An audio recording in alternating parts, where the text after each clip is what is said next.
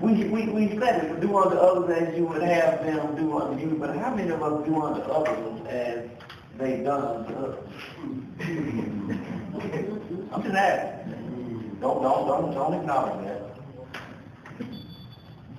Then we heard in the scripture from the scripture passage from James how James says that we should be mindful of the fact that our faith needs to be followed by works. That we can't just tell somebody, have a good day. We can't just tell somebody that they're going to make it through the storm. We can't just tell somebody that they're going to be all right without giving them something to work with. We talk about it all the time. If we don't tell them how we got through the storm, then they will think that they won't make it through the storm. They won't know where the safe harbors are if we don't point them in the right direction. Even if you read through the New Testament rather hastily, you will see that Jesus welcomed all people, everybody. No one was ever rejected, and all people were given a chance. Jesus freely associated with everyone, even those whom society had shunned, even those who were disliked among their own people, even those who were misjudged by rumors, innuendos, or accusations that may have been false, even those who had been falsely accused as he was. Jesus loved them all. Amen. Amen. Homeless people. Because he understood that he was born homeless himself. And it was by the grace of God, his Father, that he had arrived at the status that he was at even today, at that point. But he still understood that he was still homeless by our measures today. He associated with prostitutes and even lepers. Now, why is it significant that we point out lepers? Because lepers were shunned by everybody. Prostitutes are liked by their johns and other prostitutes and their pimps.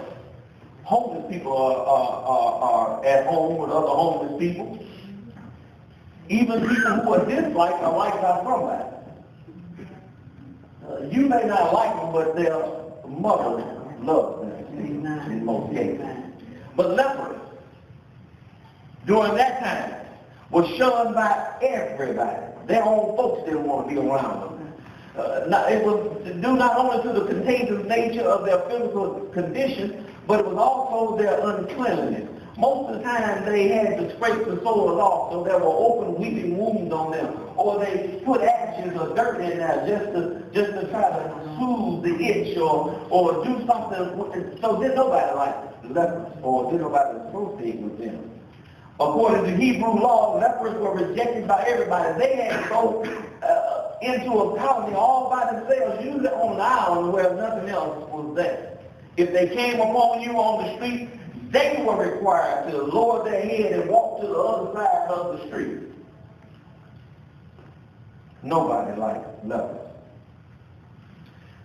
But we read in Mark's gospel that a leper came to him, begging him, kneeling before him. He says, "If you choose, Master, you can make me clean." And as Jesus was moved with pity, he stretched out his hand and he touched him and made him whole.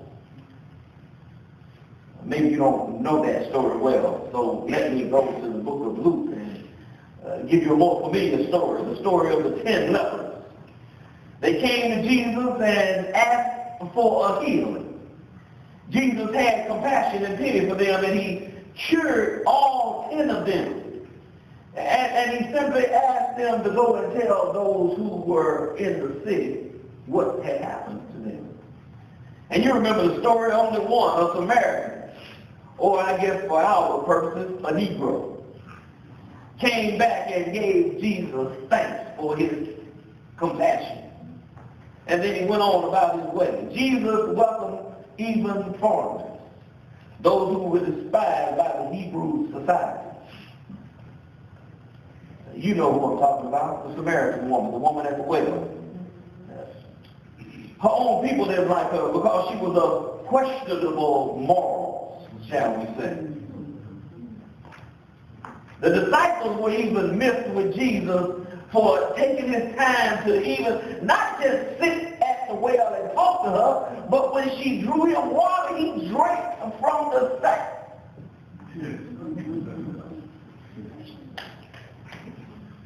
Cup that she drank from. A woman of questionable moral character.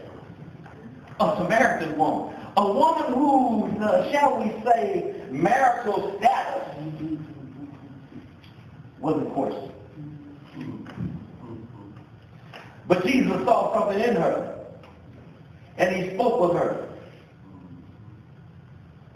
He also took time out to be with those who were sick and infirm. Luke says that as the sun was setting, all those who had any who were sick with various kinds of illnesses and diseases were brought to him, and he laid his hands on each of them and cured them. Jesus also reached out to those who were rejected by society. He called a tax collector, Matthew, to be a member of his inner circle. He called a thief, Judas, to be a part of his inner circle. He had a hot-headed little kid, Peter, to be one of his boys.